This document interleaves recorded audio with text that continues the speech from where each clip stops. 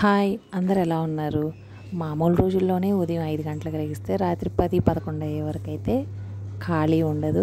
ఇక అందులోనూ ఊరెళ్ళాలంటే మనతో పాటు ఇంట్లో ఉన్నయి మొత్తం ఖాళీ చేసి కానీ వెళ్ళాలి. ఉదయం 5 గంటలకు లేచి స్టార్ట్ అయ్యి అందరికీ హాలిడేస్ ఇచ్చేశారు. ఈసారి సంక్రాంతి హాలిడేస్ స్ప్లిట్ అయిపోయి కొంతమందికి ఇచ్చారు, కొంతమందికి లాస్ట్ డే వరకు ఉంది. మాకైతే ఫ్రైడే వరకు ఉండి, ఇంకా మా అమ్మాయికి ఫీల్డ్ ట్రిప్ ఉండి, ఇక ఫీల్డ్ ట్రిప్ ఉంటే లంచ్, బ్రేక్ఫాస్ట్ అన్నీ స్పెషల్ కావాలి. ఇంక ఇంట్లో ఉన్న కూరగాయలు వండాలి. మళ్ళీ మా వాడికేమో ఈ ఫ్రైడ్ రైస్లు, బిర్యానీలు అంటే 1/2 కిలోమీటర్ దూరంలో ఉంటాడు. ఇంకా వాడి కోసం మళ్ళీ దొండకాయలు నైటే కట్ చేసి పెట్టి మైండ్ మెంటల్గా ఫిక్స్ అవ్వాలండి. ఫిక్స్ అయితే కానీ ఏదైనా చేయగలం. రాత్రి ఓకే ఇది చేద్దాము అనుకొని, సో ఫ్రైడ్ రైస్కి రైస్ వేరుగా, మళ్ళీ దొండకాయ కోసం ఈ సింగిల్ పాలిష్ రైస్ వేరుగా, ఇక ఉదయం లేచాక ఉల్లిపాయలు, కొత్తిమీర, పచ్చిమిర్చి, కరివేపాకు ఇవన్నీ కట్ చేసేసి ఆయిల్ కూడా మళ్ళీ ఆయిల్ ప్యాకెట్ కార్చాలి. అండ్ డీప్ ఫ్రై చేసింది మళ్ళీ అక్కడ పెట్టకూడదు. 1 వీక్ ఇంట్లో ఉండం కాబట్టి అది మొత్తం అయిపోయేట్టు పునుగులు, కాస్త గారెపిండి కూడా ఉంది. ఆ 2 వేసేసి ఆయిల్ అయిపోతే ఆ మిగిలిన ఆయిల్లో ఫ్రైడ్ రైస్ చేసేయచ్చు అన్నట్టు ఆ ఉన్న నూనె వరకే వేసి, ఇంత పొద్దున్నే కూడా కొద్ది కొద్దిగా ఆ నూనెలోనే వేయించి 1 అవర్ ఇటు వేగుతూ ఉంటాయి, అటు పనులన్నీ అవుతూ ఉంటాయి. ఇటు పునుగులు వేస్తూ ఉండేలోగా ఫ్రైడ్ రైస్ కోసం రైస్ అయింది, ఇంకా నార్మల్ రైస్ కూడా అయింది. ఇక వెనక ఇంకో స్టవ్ ఉంది కదా, 4 స్టవ్లని 4 రకాలుగా కాదు, మనకి పని ఉంటే 40 రకాలుగా వాడేస్తాం. అది మన టాలెంట్.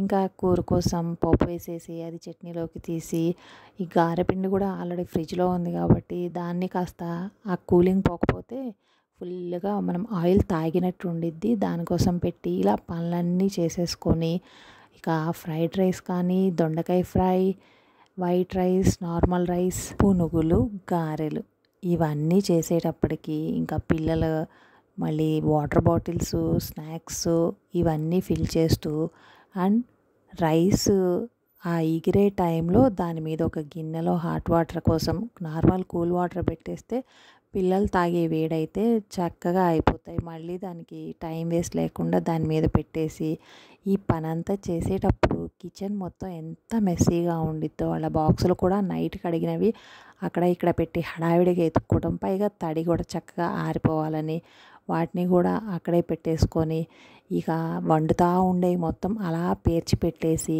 బాటిల్స్ నింపేసి మొత్తం ఎంత మెస్సీగా ఉండిద్దో. వాళ్ళు వెళ్ళిన తర్వాత ఇవన్నీ మూతలు పెట్టుకొని క్లీన్ చేసుకొని ఇదంతా మినిమం 1/2 అవర్ పట్టిద్ది.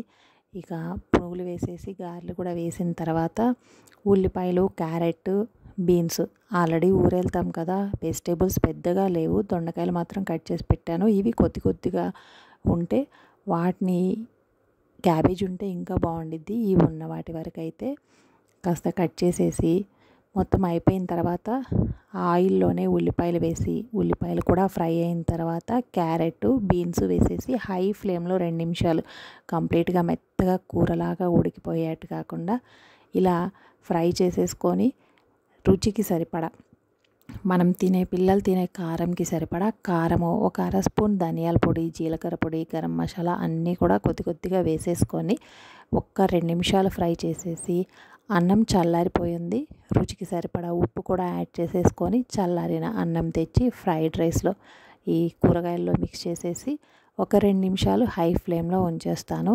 ఇక దీనిలోకి సోయా సాస్లు అవి ఇవి ఏవి వాడను. ఇది చక్కగా ఆరిపోయిన తర్వాత కూడా చాలా రుచిగా అయితే ఉండిద్ది అండ్ హెల్తీగా కూడా ఉంటుంది. మనకి ఆ సాసులు ఎంతవరకు హెల్తీ అనేది అయితే తెలియదు.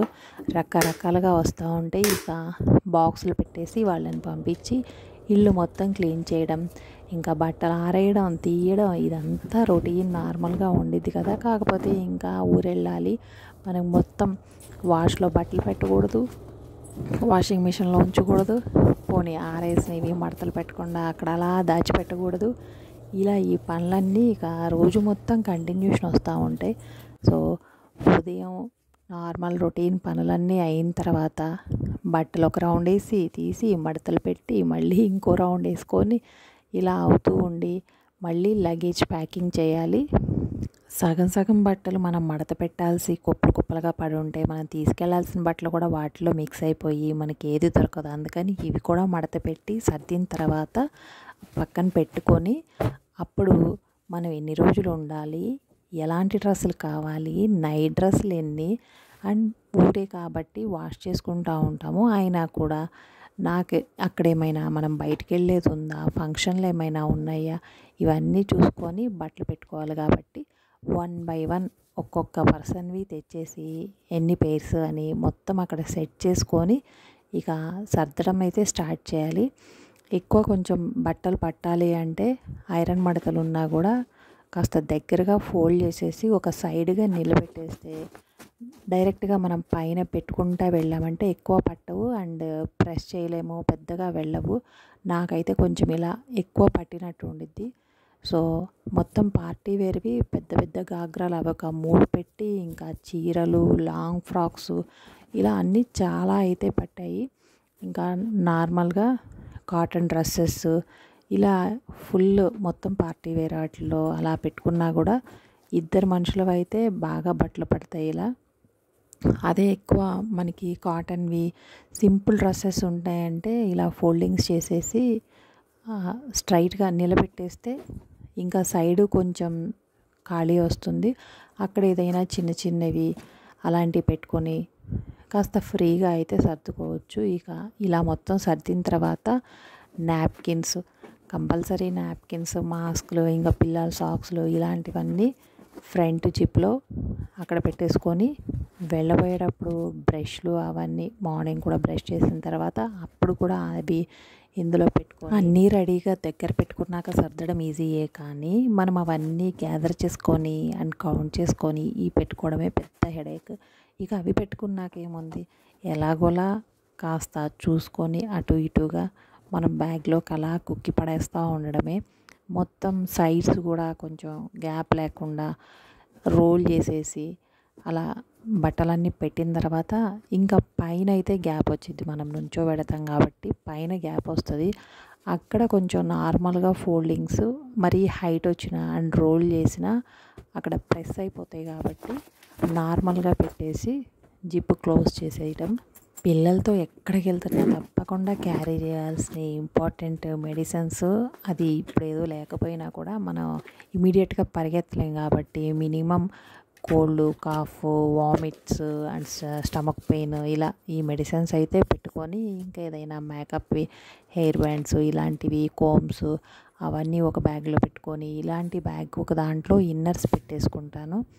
ఇక ఆ ప్యాకింగ్ అయిపోయిన తర్వాత మళ్ళీ ఈవినింగ్ అయ్యేటప్పటికి ఫ్రిడ్జ్లో కూడా ఏం లేకుండా కూరగాయలు కూడా ఖాళీ చేయాలి. ఫ్రిడ్జ్లో టమాటాలు అయితే మాత్రం ఉన్నాయి. ఇక పాలంటే కొంచెం మళ్ళీ నైట్కి పాలు తాగి అలా సరిపోతాయి కాబట్టి టమాటాస్ మాత్రం కూరగాయలు ఉన్నాయి, వాటిని తీసుకెళ్ళలేమో, నలిగిపోతాయి పండిపోయిన టమాటాలు. ఇక అవన్నీ మిక్సీ పట్టేసి ప్యాన్ పెట్టి అందులో ఆయిల్ ఏమీ లేకుండా ఈ మిక్సీ పట్టింది మొత్తం వేసేసి టొమాటో ప్యూరీ మొత్తం వేసి కాస్త ఉప్పు, పసుపు వేసి ఒక్క 5 నిమిషాల వరకు కొంచెం వాటర్ దగ్గరికి పడేంత వరకు బాయిల్ చేసేసి చల్లారిన తర్వాత ఓ బాక్స్లో పెట్టేసి డీప్ ఫ్రిడ్జ్లో పెట్టేస్తే మనకి 1 ఇయర్ అయినా స్టోర్ ఉండిద్ది.